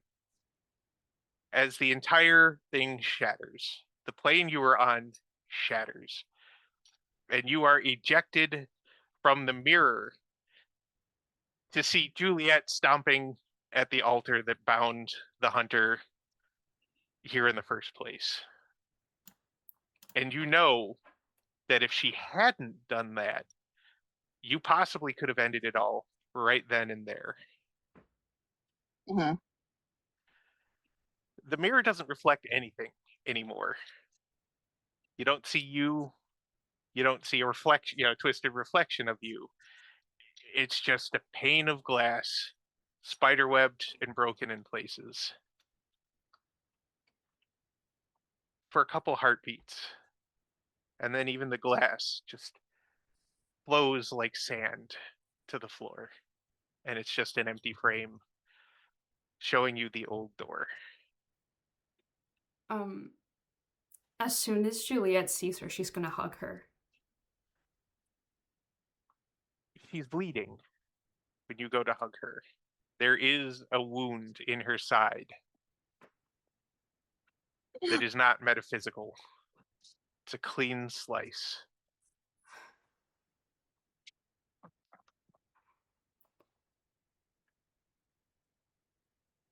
Juliet is gonna try to rip a piece of her top off and wrap it This is around not the the time wound. for. Oh, bandage. Yeah, okay. I said a piece! She's not just a piece big enough to wrap around the wound tightly. That would probably take the shirt. It's a slice on her side. That's not something you can just pop a sleeve off. She's wearing a bra, it's fine. Okay, She'll do it. All right. She wants And to make sure Alex doesn't fucking bleed out. Yeah, no, I got you. And as you're tying it, Alex, you see the door slowly swing open. Zane, by this point, you've killed 2 of the other leech people. It's really just down to Randall himself and his erstwhile bodyguard. And with every death, every gory, flamboyantly sordid death, and you can describe them if you'd like. Maybe later. Okay. But it's clear that however much highly they thought of their martial prowess, you are a cut above. It wasn't even a challenge for you at this point, and I imagine some part of you is actually rather disappointed at that. It is. The part of me that I don't understand and don't fully appreciate the fact that I've even gotten swordplay from is just kind of going, is very much wishing it had gotten some kind of challenge. Yep. With every death, Xander, you and you alone smell that stronger scent of green growth and life and plants.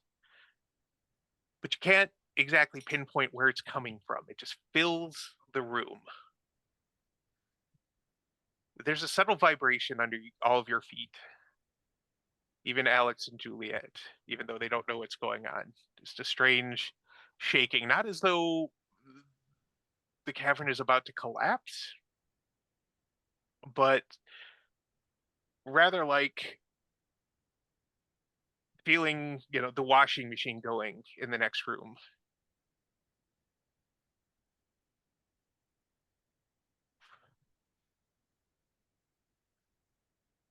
Randall looks very concerned now. And he looks at his remaining bodyguard, looks at the floor, seems to come to a conclusion, like a light bulb has gone on in his head, like he knows something. And he pulls a gun from the small of his back, points it at the head of his compatriot, and pulls the trigger, walking the bullets down his body. There's a gurgling that sounds, even though you can't make out the words, you can tell it's a effectively dying leech person version of "What the fuck, Randall?" A2, Brutus. Effectively. And when the blood spills from that last body onto the floor, the cobblestones or the stone brick, whatever you want to call it, bulges in the center of the room. Bulges and strains as though a great pressure had pressed against it.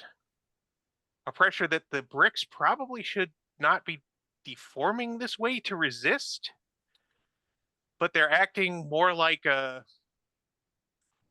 net that somebody is pushing into. Giving but restraining.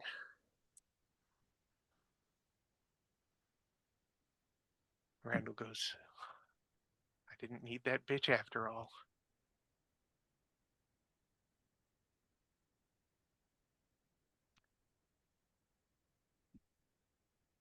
The distension bows back inwards, like somebody pulling down on the bottom of a rubber sheet, or a brick being dropped into one. Well, whatever, however you want to envision that. It's your party in that case. And then there's a crack and the sound of tumbling masonry as the floor begins to give way from the center outward. You both have a chance, if you want, to avoid falling in. You'll need to tell me, decide what attribute skill combo you're using to avoid it if you want to do so. When you say both, do you mean Xander and I, or Yes. just Would be both of us responding to the floor deciding it doesn't want to be floor anymore. Yep.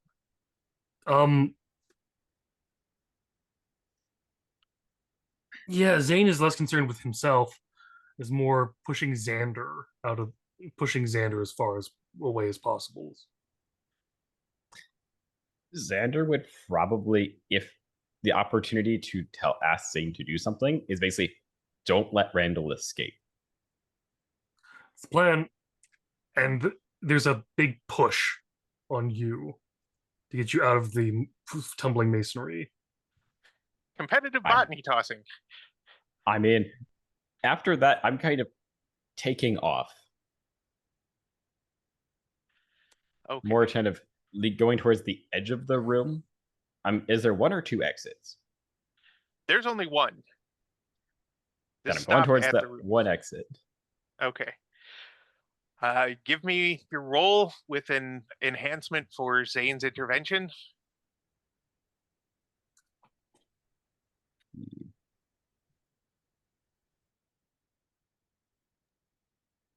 One thing I'm double checking: do we still know what Randall's name is at this point? Either Randall Xander or Evans. myself, because I don't think either of us ever got his name. Oh yeah, no, actually, I don't. Did Alex actually ever tell? We did No, no. at the beginning of this kind of meeting with Random. We did invite him to say his name, and he just kind of didn't, which surprised Yeah. me a little bit. She would have told Xander about the gross guy that she met with and I would don't have given the necessarily name. identify this But guy as the same guy you met. yeah, Yeah, Xander kind of has problems with that whole social aspect of things.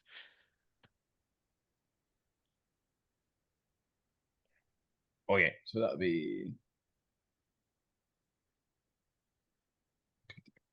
It's definitely more of a dexterity. Yeah, I'd say like the athletics dexterity is kind of the direction I'm thinking. And even for like what of it, cross country running, you do occasionally run into the odd stump or two you don't really want to hit, although it's definitely different from masonry. But not sure if they're close enough to I'll allow it. allow it. Yep. Go for it with the enhancement. Set The two two enhancements. enhancements. Or two enhancements, yep. Set dexterity. I'm not gonna lie, a small part of me wants there to be a critical fail here, just because. What does a 5 do? Unfortunately, my hopes are dashed. I've still gotten some pretty good torment in here, so yeah, with that push, that's more than enough for Xander to just scramble and dash away as Zane, the floor goes out from under you and you start to fall. But you don't fall super far before you bounce off something spongy and yielding. It's sloped, so you're still rolling in and falling down with bricks raining around you. So not the most comfortable thing. But you I've tried to see, sheathe my sword in the middle of this as well, just so I don't stab myself. okay, we'll allow it. You're really talented with that blade, so you managed to make sure you're not going to shank yourself. And you notice now the smell that Xander was already experiencing, the explosive smell of rampant plant growth as you tumble deeper and deeper down this slope. Saul, Yes. you've been relaxing for a while now. You've Yes. definitely earned it given what you've done. And the knock you heard is very shortly preceded by the door turning inwards. And there's a man standing in the doorway. He doesn't look dangerous per se. He looks like he could handle himself. Uh, Dark skinned, short, curly black hair, glasses, thin black frame glasses on his nose, clean shaven, very square jaw. He's wearing a nice dress suit or dress shirt, no tie, dress pants, and shoes. He has eyes, so you don't have to worry about that. Um, but he looks at you, and for a moment, he looks like he's thinking again about what he was told to do. Yep. But then he sighs and says, Mama Nettie wants to talk. The Loa need to tell you things. Does that thing where you kick your feet up and get up on your shoulders and then rock forward and just boop and you're standing up. Ah, the kip up. Yep. Yeah, and just stand up and walk towards him, completely failing to realize that while he's put his own clothes and his own hat back on, his eyes are still completely blacked out. That And I will might have been follow. part of what fed into that. Does she really want to talk to him? Sort of thing. But Yeah. you follow him out, and there's a nice Cadillac, well maintained black car, very clean, that he leads you into. Mm-hmm. And he just says, I really don't know about this. And that's where we're going to draw the curtain for tonight. Wonderful. Thank you. I like being bookends. I'm going to let you do the outs. I got something I got to deal with, so I will Yeah, be... I saw that whole thing. So, well, thank you everybody for joining us on yet another possibly stomach churning adventure, depending on your tolerances for things. I had a blast running it. I hope you had a great time playing it and watching it. Thank you for session back, Kyle. That was crazy. I'm always worrying about how I'm going to follow all this up, because this is just the opening sort of first thing with This the is game. the first arc. Yeah. Yeah. But we'll And get the there when romance we is get there. happening faster than I thought it would. Yeah. It just took Juliet having to be scared that Alexandria was gonna be dead. Yeah. I mean, that is a pretty good catalyst for a lot of things when you think about it. Yeah. No, it's okay, Melky. I'm glad you could join us. Thank you, everybody who watched us tonight live on Twitch. Thank you, everybody who watches in the VOD. I know a lot more people tend to watch on those. If you watched through YouTube, because this will be up eventually on YouTube as well. If you made it all the way to the end like this, obviously you liked what you saw. So, be sure to like and subscribe so you don't miss out when we post new sessions. We've got so many fantastic games up there already to watch if this is the first thing you've seen on the channel. So don't miss out. Other than that, I'm just going to close things out honestly the way that we tend to do here at Dirty 20 Gaming, because this is just such a wonderful, caring community. Join the Discord. The world is really not a great place right now. There's a lot to be afraid of and a lot to worry about. So just remember that you don't have to put more of that out there. You don't have to be a saint. You don't have to be a ray of sunshine to everyone. Just be kind to yourself, be kind to other people. Just even if you can't make the world better on a day, you don't have to make it worse. And be sure to take care of yourself. Good night. Good night. Night, y'all. Good night. We may need to wait for Kevin to get back. No, he's not producer. Oh, you're right. Who's the producer? I was like, oh, we need to wait for Kevin. Anyway, good night.